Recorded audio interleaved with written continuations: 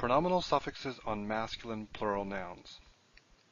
Here we'll look at our second paradigm. The first paradigm, well, actually I guess our third paradigm. Our first paradigm dealt with pronominal suffixes on lamed, on le. And then we dealt with pronominal suffixes on singular nouns.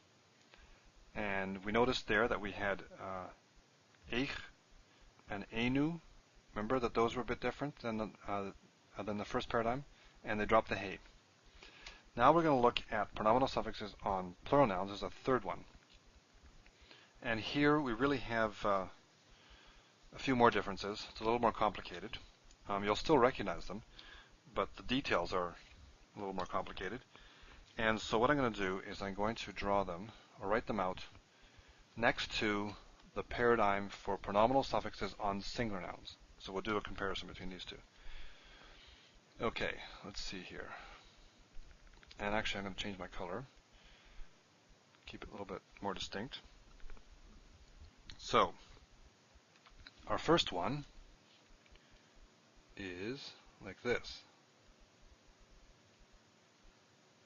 It's av. That's the ending. Now that does look a little different, doesn't it? First of all, well, the one point of commonality is we have our vav. We have it here, we have it here.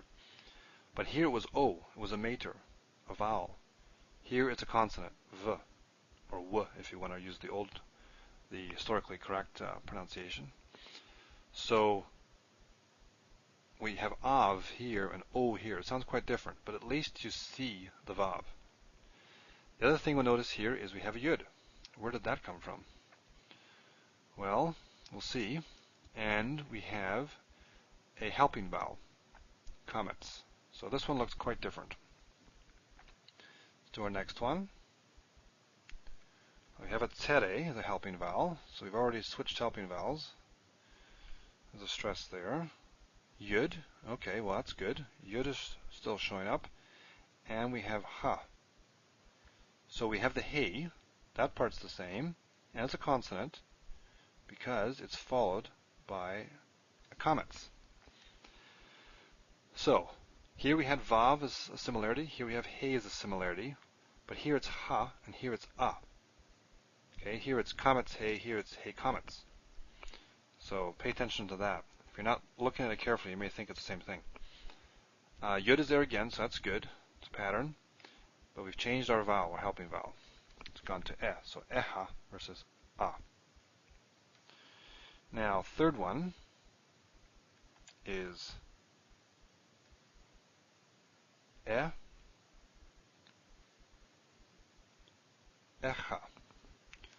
Okay, well, cha is the same. Cha and cha, that's good. Our yud is carrying through, so that's good. And we have the same helping vowels here, e and eh. Okay, so that's that one. Next one, this is now 2fs, this is 2ms. This one's quite a bit different. Here we draw that. It's a patach for helping vowels, so we switched helping vowels again. A, yich. Ayech. So, we have ch, just like we do here, so that is a commonality. In all of these, the common point seems to be the main consonant. We have the vav, we have the he, cha, so the consonant and the vowel, and the ch, the consonant and the final shava. So that part, the biggest, heaviest part, is carrying through as a similarity. That's why they're not that hard to tell in terms of reading. You can see that this is probably going to be 2fs because it's the same as that. Yud is carrying through as a pattern, so that's good. Now here yud is a little different. Can you see how yud is different here than these? Here it's a consonant because it has a vowel following it, and here it's a vowel. Here it's a mater.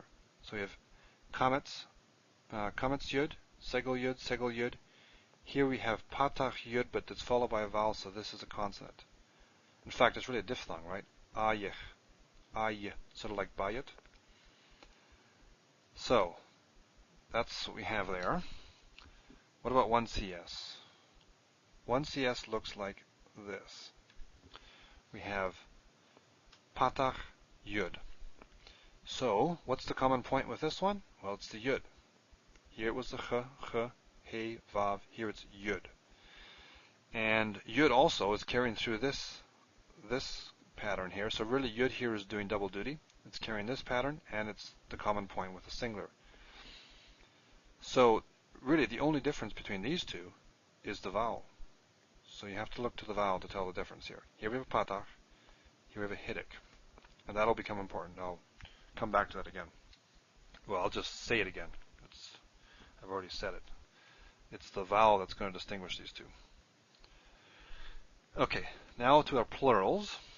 What does this one look like? We have a tsere, okay. So we had a helping vowel patach. Then we had segol twice, helping vowel. Then we had, kamets. Segol, segol, patach, patach, now tsere. Well, are there any other ones we could possibly use? Not many if there are. So we have our yud again, okay, so that's holding true. And then we have our mem. So ahem. So interesting. Our he came back. Remember in our first paradigm, the one with lamed, the one with l, we had lahem. And then we went to the singulars, or the pronominal suffixes on singular nouns. We lost the he. We lost it here. Now in the plurals, it comes back again. So it looks a bit different from this, but it's similar to the first paradigm we had. Hem. In fact, the vowel is the same. And we have our yud, and we have tsere as our helping vowel. Okay. Now this one, as you can probably guess, it is usually the case. This one here is analogous. The masculine and feminine pair tend to be very close to each other. So here we have a hen. So hen again, just like the very first paradigm, we have hen. And we have our nun here, and our mem here too, going across. And our yud is carrying through and our tsere. So that's nice. This one, we have a again. Interesting. We're holding firm on that. Our yud again, so that's good. And we have chem. I'll show you this again on another screen where it's a little cleaner, but I wanted to draw it out step by step, just so you look at all the details here. So, chem is holding the same. That's good. Yud is holding true here, and tsere again too. So, we tend to have a little bit more regularity here in the plural side of the paradigm. This one, tsere again, okay, very good. Yud, holding true, and we have chen. No big surprise. So we have a chem, a chen. And chen is holding true, or is the common point, the point of commonality with the singular ones. By singular, I mean not the singular suffix. I mean the suffixes that go on the singular nouns. So this is where, when you talk about plurals, or number, singular and plural, and pronominal suffixes, you have to be a little careful because you've got plurals and singulars on both the noun and the suffix. Here we're talking about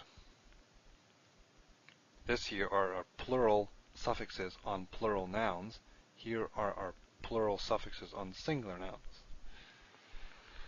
Okay, gets hard to talk about sometimes. And this one here, last one. Tsere again, very good. Yud again, very good. So that's a nice regular pattern there. Yud all the way through. And nu. Okay, nu is just like this. So that's good. So our nu is our point of commonality with the paradigm that goes in the singular nouns. And tsere carries through and yud carries through. In fact, with these two, the only difference here is the yud, right? Because this happens to have tsere as well. So let's look at this. Now that we've gone through it bit by bit, let's look at, okay, here's the paradigm written out, typed.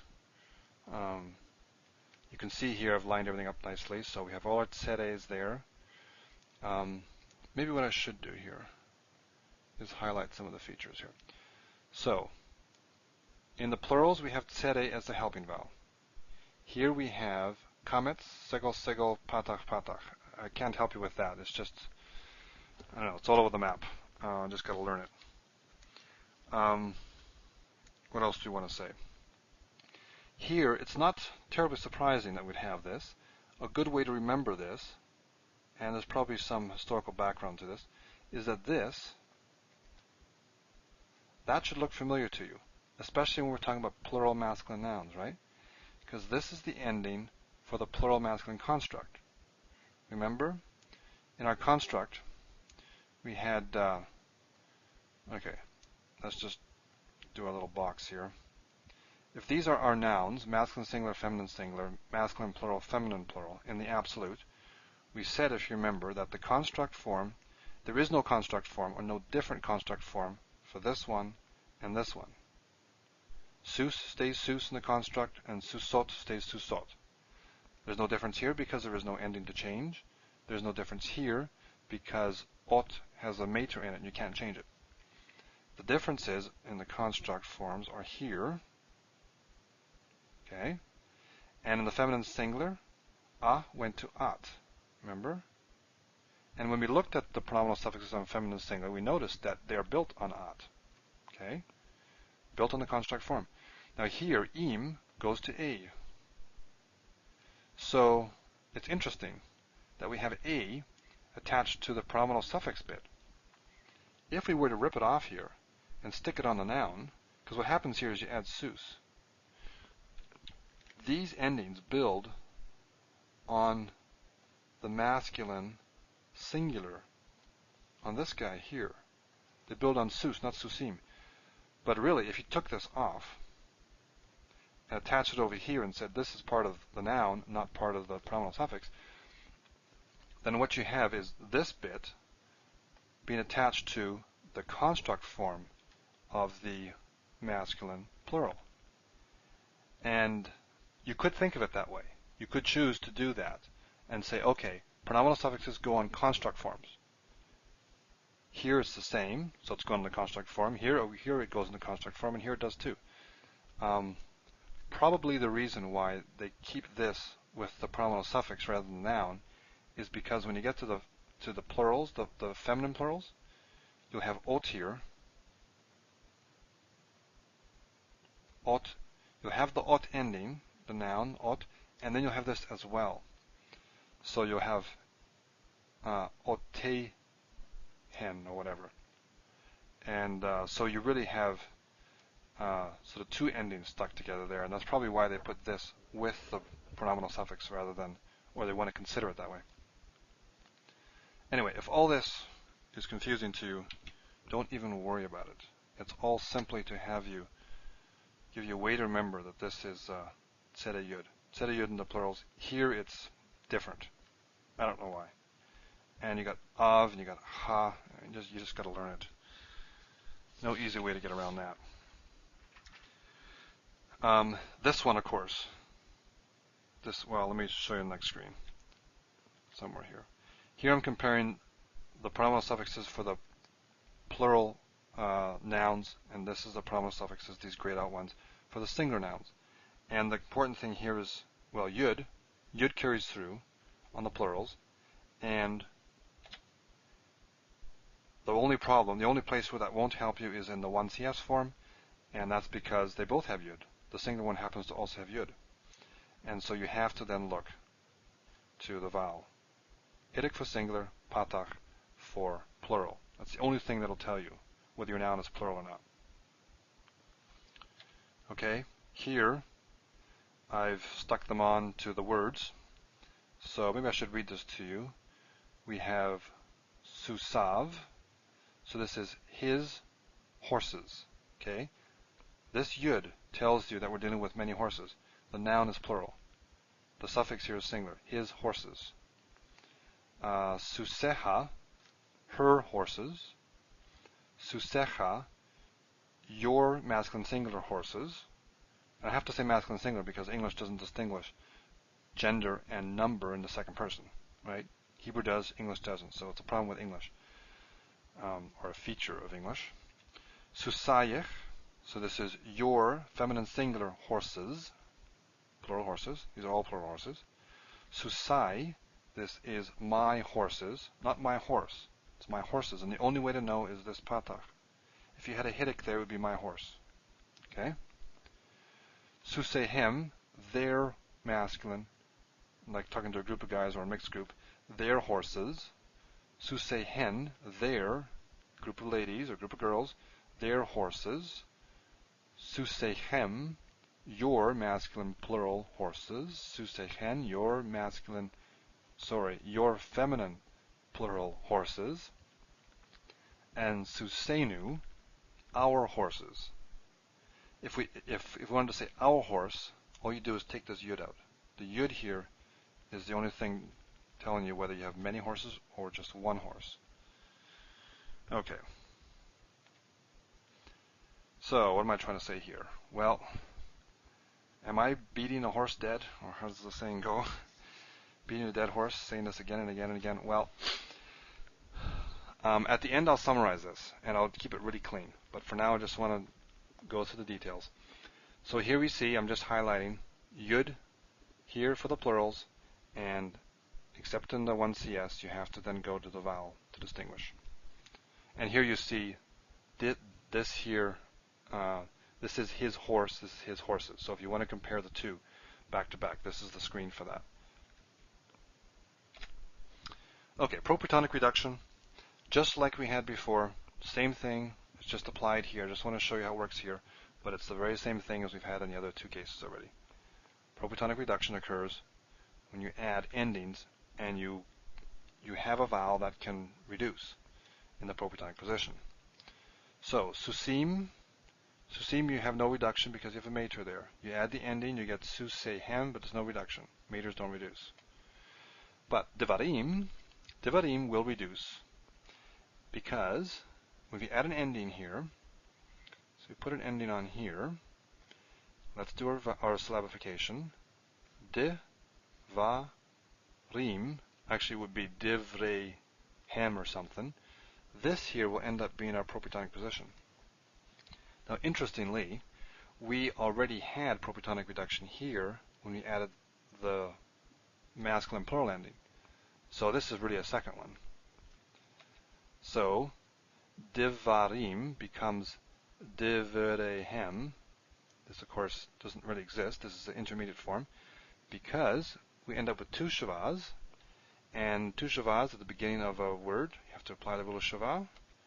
So we apply the rule of shava, we get divrehem. So devarim becomes divrehem, or at least that's what it would be, but it can't stay that way, so it becomes divrehem. Devarim becomes divrehem. Okay. Again, this is not something to memorize. I'm just demonstrating to you something you've already seen. Just apply the rules you already know. It's mostly just so that when you see it in writing, see it when you're reading the text, you'll recognize what's going on. Okay, so again, I'll summarize this at the end, but the important thing here is yud marks the plural, and in the 1CS form you have to go to the vowel to see the difference. And the helping vowels are tsere through these, and then they're all over the place over here.